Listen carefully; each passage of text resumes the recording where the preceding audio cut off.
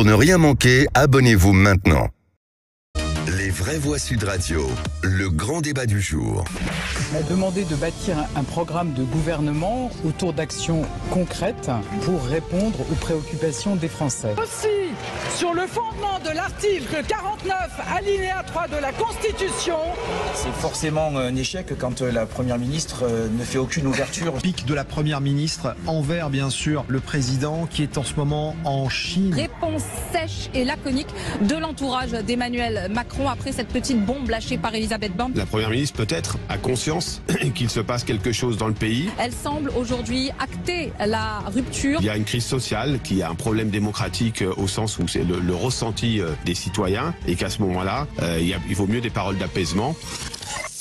Ne pas brusquer les choses. Elisabeth Borne a appelé à respecter une période de convalescence pour éviter que les syndicats ne sortent humiliés de cette séquence de la réforme des retraites. Selon Le Monde, les propos de la Première ministre ont poussé Emmanuel Macron à réagir immédiatement, Philippe.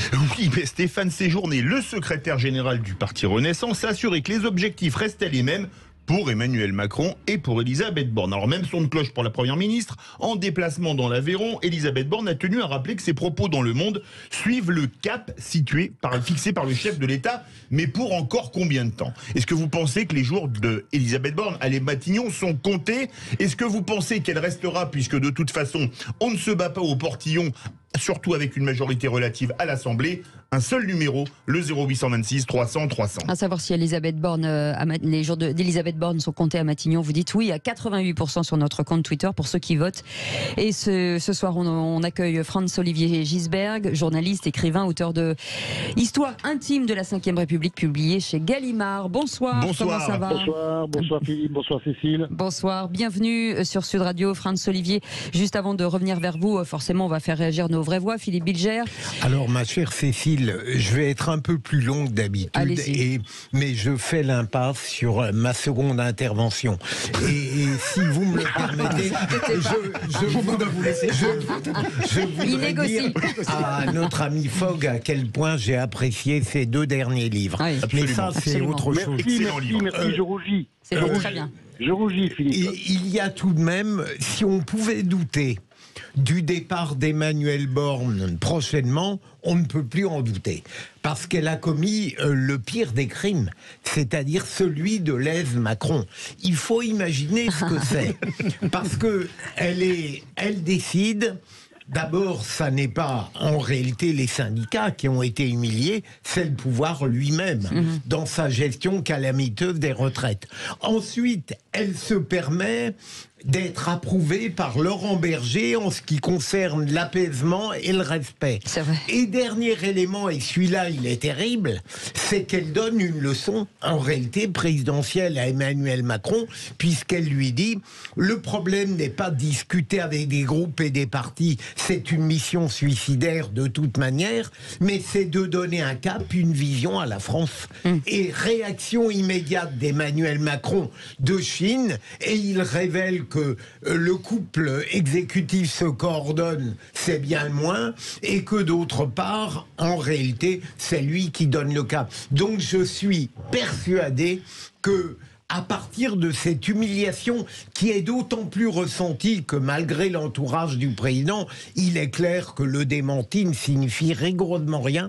Je parie que dans quelques jours, quelques semaines, le président n'oubliera pas cette humiliation. Ouais. Madi.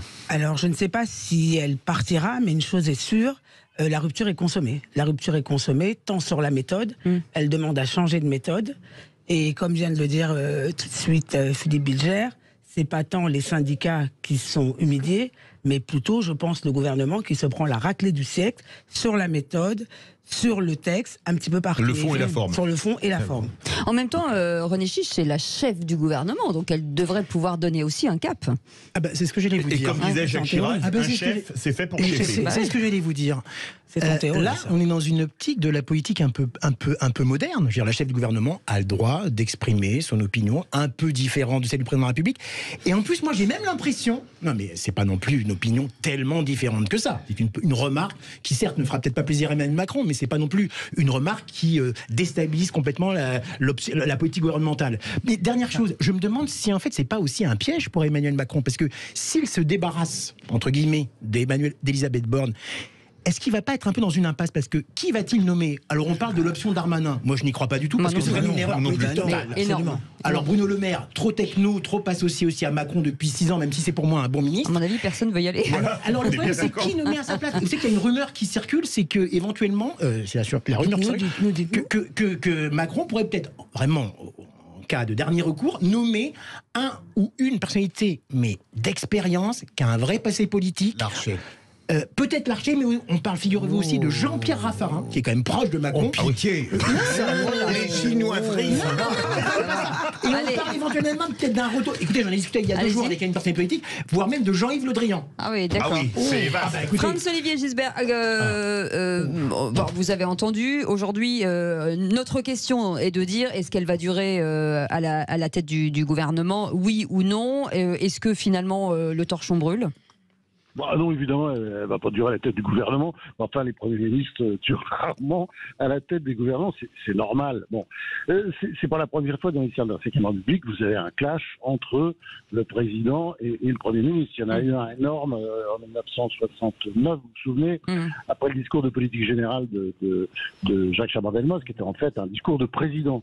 Donc, c'est normal aussi que le chef de gouvernement, disons, affirme une vision. C'est pas juste au président de le faire. Et elle peut le faire.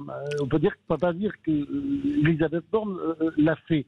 Et si vous voulez, moi j'ai une vision, je suis désolé, mais un peu vicieuse, peut-être un peu perverse, vous trouverez. C'est étonnant. C'est aussi qu'elle sait qu'elle va tomber assez vite. Pourquoi ? Elle va pas tomber tout de suite, forcément dans quelques jours. Je suis pas d'accord avec Philippe Bilger. Je pense qu'ils vont essayer de gérer ça. Elle atteindra l'été pour vous ? Mais je suis d'accord sur le fond avec Philippe, c'est-à-dire elle est condamnée. Et c'est sûr, c'est pas possible autrement. Parce que l'échec, c'est aussi son échec. C'est-à-dire, c'est l'échec de Macron, ça va de soi. Mais Macron, d'abord, il n'avait pas à choisir une première ministre totalement techno. En même temps, elle a dit qu'elle était infusible. Elle l'a annoncé direct. Oui, mais attendez, fusible. Enfin, elle aurait pu faire aussi le boulot de première ministre, ce qu'elle n'a pas fait. C'est-à-dire, première ministre, c'est aussi parler, c'est expliquer. C'est être partout. C'est comment dire, cette réforme, elle n'a pas du tout été expliquée. Zéro pédagogie. Non, mais on a rarement vu ça quand même. C'est même étonnant que tous les Français ne soient pas contre, vu que personne ne leur a expliqué. Quant à d'ailleurs Macron, il était contre cette solution il y a quelques années. Il disait non, c'est pas ça qu'il faut faire, etc. Après, il change d'avis, mais il n'explique pas pourquoi. Donc, on a vraiment là le sentiment qu'on entre dans une crise, mais une crise de toute façon qui est voulue, parce que de toute façon, Elisabeth Borne, elle préfère tomber à gauche, si vous voulez. Voilà, je l'ai dit. C'est ça, c'est une façon de tomber à gauche. Elle a marqué ce point. Donc elle va rester dans un mois ou deux, elle va être virée, ou peut-être un peu plus, parce que de toute façon, ça ne marche pas. C'est-à-dire, ce qui est apparu à l'occasion du débat sur les retraites, c'est qu'elle n'a pas de majorité. Elle n'a pas réussi à faire ça. Justement, Franz-Olivier. C'était possible parce que c'était quand même à quelques voix près, et c'est clair que s'ils ont fait le 49.3, c'est parce que ça ne passait pas. Ça aurait peut-être pu passer, mais pour ça, il faut de la politique. Il faut des politiques. Et c'est la leçon de tout ça. Il faut des politiques. Tant que Macron prendra des technos comme ça à la tête de Mathilde, mais ça ne peut pas le faire. Franz-Olivier, avant d'aller au 0826 300 300, où on attend vos réactions, quand même, est-ce que la meilleure assurance vie d'Elisabeth Borne, c'est comme le disait René Chiche à juste titre, c'est qu'on se bouscule franchement pas au portillon? C'est faux. Non, mais parce qu'il n'y a pas de bonne solution de remplacement. On en trouverait. Pour vous, Raffarin ou Larcher, c'est des bonnes solutions de remplacement? On peut en avoir d'autres dans la tête. Je ne suis pas d'accord avec vous. Dans une période comme celle-là, par exemple, la solution Larcher, c'est une très bonne solution. Parce que c'est un politique, c'est un anti-Macron. Les gens verront bien que ça n'est pas Macron. Le nouveau monde avec Gérard Larcher. Non, mais attendez, c'est important que le Premier ministre ait une personnalité. Il faut des personnalités. La politique, c'est fait avec des personnalités, pas avec des technocrates, transparents comme la plupart des macronistes. Donc, comme c'est une personnalité très forte, qu'il apparaîtra comme très différent de Macron, comme l'était d'ailleurs Pompidou de Gaulle. Après, ils peuvent travailler ensemble, les gens. Mais Larcher, c'est une très bonne solution. Simplement, moi, je ne vois pas accepter. Il a un très beau poste au Sénat. Peut-être qu'il peut d'ailleurs, à l'occasion, je ne sais pas, d'un départ précipité de Macron, même devenir peut-être président de la République en faisant le coup de power. Bah oui, il fait l'intérim et puis après il se présente à l'élection présidentielle. Pourquoi pas? Enfin bon, on rentre dans une période de turbulence. Mais c'est vrai que ce serait a priori un choix. Il faut quelqu'un qui soit politique, qui négocie, qui sache parler avec tout le monde, qui passe des deals. Attendez, parce que François-Olivier, les retraites ne pouvaient pas passer parce qu'il n'y a pas de deal qui était passé. François-Olivier, s'il vous plaît. Coup par coup. Mais non, il faut voir les gens, discuter, serrer la main. Vous voyez ce que je veux dire? Oui, François-Olivier, je rebondis sur ce que vous disiez. À moins d'un départ précipité d'Emmanuel Macron, ça veut dire quoi? Bah attendez, là ça commence pas très bien.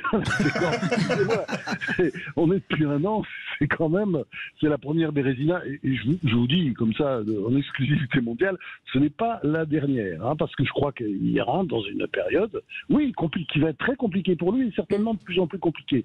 Ce qui est sûr, et c'est pour ça que Elisabeth Borne, comme je dis, elle essaie de tomber à gauche, là, enfin, pas tout de suite, elle va pas tomber tout de suite, ça l'arrangeait, remarquez, d'être virée sur ce truc-là, parce que pour elle, ce serait absolument l'idéal. Macron lui fera sans doute pas ce plaisir, encore qu'il a tendance parfois à rentrer dans les portes et à tomber dans les pièges. Mais je pense qu'il va pas faire ça.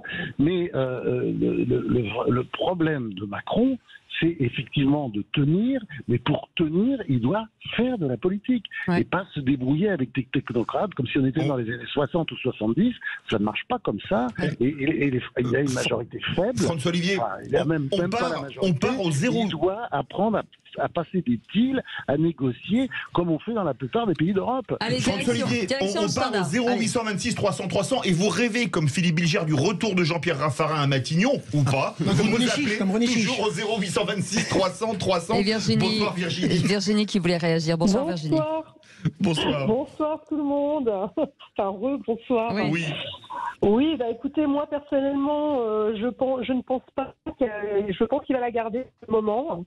Je pense que tout va se jouer avec la décision du Conseil constitutionnel. Oui, ce qui n'est pas faux, c'est vendredi prochain. Voilà, donc... enfin, ça lui laisse une petite semaine, hein, ça ne va pas durer longtemps. Oui. C'est la poire pour la soif.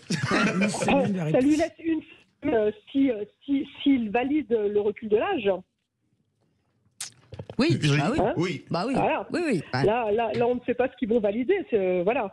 Par contre, s'ils l'invalident, effectivement, je pense que le gouvernement tombera de suite. Ouais. Allez-y, Philippe. Après, comme vous l'avez si bien dit, Borne lui sert de fusible. Hein. Bah oui, elle l'a dit elle-même. Restez avec nous, Virginie. Une question très rapide à François-Olivier. France, au fond, qu'est-ce qui fait, à votre avis, que ce début de second mandat donne l'impression qu'Emmanuel Macron est empêtré? Je crois, ça Philippe, vous l'avez vu, qu'il a été, il a connu une sorte de dépression. Enfin, c'est pas un secret, c'est évident. Le démarrage était hallucinant. Là. Il prend Vautrin, après il prend Borne. Enfin, c'est même le contraire. Et puis c'est pas ce qu'il fait, quoi. Il est lunaire. D'ailleurs, regardez ses discours après sa victoire du premier tour et sa victoire du second tour. Mais c'était quand même incroyable, quoi. C'était, s'il y avait une note à donner, c'était un zéro pointé. Donc je pense qu'il est dans une phase peut-être de reconstruction personnelle. Je sais pas. En tout cas, il se passe un truc. Mais ce qui est grave, si vous voulez, c'est que pendant cette période, il aurait dû essayer de s'entourer de personnalités fortes, de gens qui tiennent. C'est ça la politique. Et je veux dire, y compris d'ennemis, de gens qui sont très différents. Il est incapable de ça, mais il faut qu'il apprenne. Je veux dire, Mitterrand, il a mis comme Premier ministre Rocard. C'était vraiment son ennemi. Pour le couler. Ils ont tous fait ça. Giscard, il a pris Barre, qui lui, n'était pas un Premier ministre potiche. Je ne sais pas si vous avez remarqué. Enfin, c'est clair, il était même ministre des Finances en même temps. Oui, puis il laissait pas trop de place à il a quand même un petit peu de mal qu'on lui résiste. Il a un petit peu de mal avec la résistance quand même, Emmanuel Macron. C'est-à-dire, c'est ça le problème. C'est-à-dire, c'est pas de la résistance, c'est être différent, avoir une autre personnalité, etc. Tant qu'il fera pas ça, il va être en danger. Parce que là, Borne, faut pas se raconter d'histoire. C'était pas une bonne solution pour lui. Pourquoi? Parce qu'avec elle, il était en première ligne. Et qu'elle ait une petite musique différente, c'est très bon, ça aurait été très utile d'ailleurs. Elle l'a pas vraiment affiché pendant, et de toute façon, je sais pas trop ce qu'elle faisait. Oui, elle s'occupait des textes, mais enfin, je veux dire, c'est pas ça qu'il fallait faire. s'il voulait les voix de LR, il fallait faire une réunion avec LR. Voilà. Absolument. J'aurais juste une petite question, François-Olivier Gisbert, qui rejoint ce que je disais, moi, à mon avis, parce que j'ai eu une discussion il y a 2 jours. Parce que vous avez un avis, vous. Non, j'ai eu une discussion il y a 2 jours avec un ancien ministre qui m'a éventuellement parlé, et à juste titre, comme vous dites d'ailleurs, d'un véritable poids lourd politique qui a de l'expérience, qui s'est négocié, qui s'est discuté. On m'a parlé des options. Jean-Pierre Raffarin, parce que moi je ne crois pas du tout à l'option Gérard Larcher comme vous, mais on m'a parlé des options Jean-Pierre Raffarin, qui est plutôt le centriste de droite, et Jean-Yves Le Drian, qui est macroniste, social-démocrate. Est-ce que vous croyez, vous, en tant que grand spécialiste que vous êtes de la politique intérieure, est-ce que vous pensez que ces 2 options sont envisageables actuellement ? Ce serait tout à fait envisageable d'ailleurs dans les 2 cas. Le seul problème, c'est qu'il faut voir la personnalité d'Emmanuel Macron.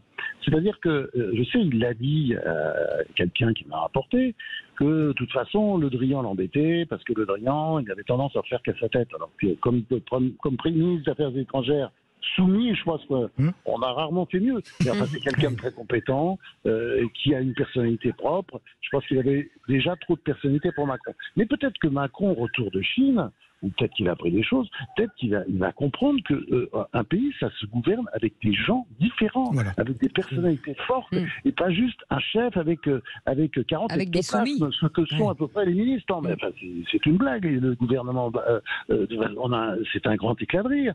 Ce sont des gens transparent. C'est pas avec ça qu'on va convaincre les Français. La situation est compliquée. Il y a vraiment une situation de haine, de division, le développement des radicalités dans ce pays. Enfin, ce pays va très très mal. Mais est-ce qu'il y a une chance, François-Olivier, que Elisabeth Borne se rebelle, c'est-à-dire que ce qu'elle a annoncé dans le Monde et qu'à un moment donné, elle décide de lâcher les chevaux, non ? Est-ce que elle est rentrée dans le rang ? Oui, comme Chirac en 76.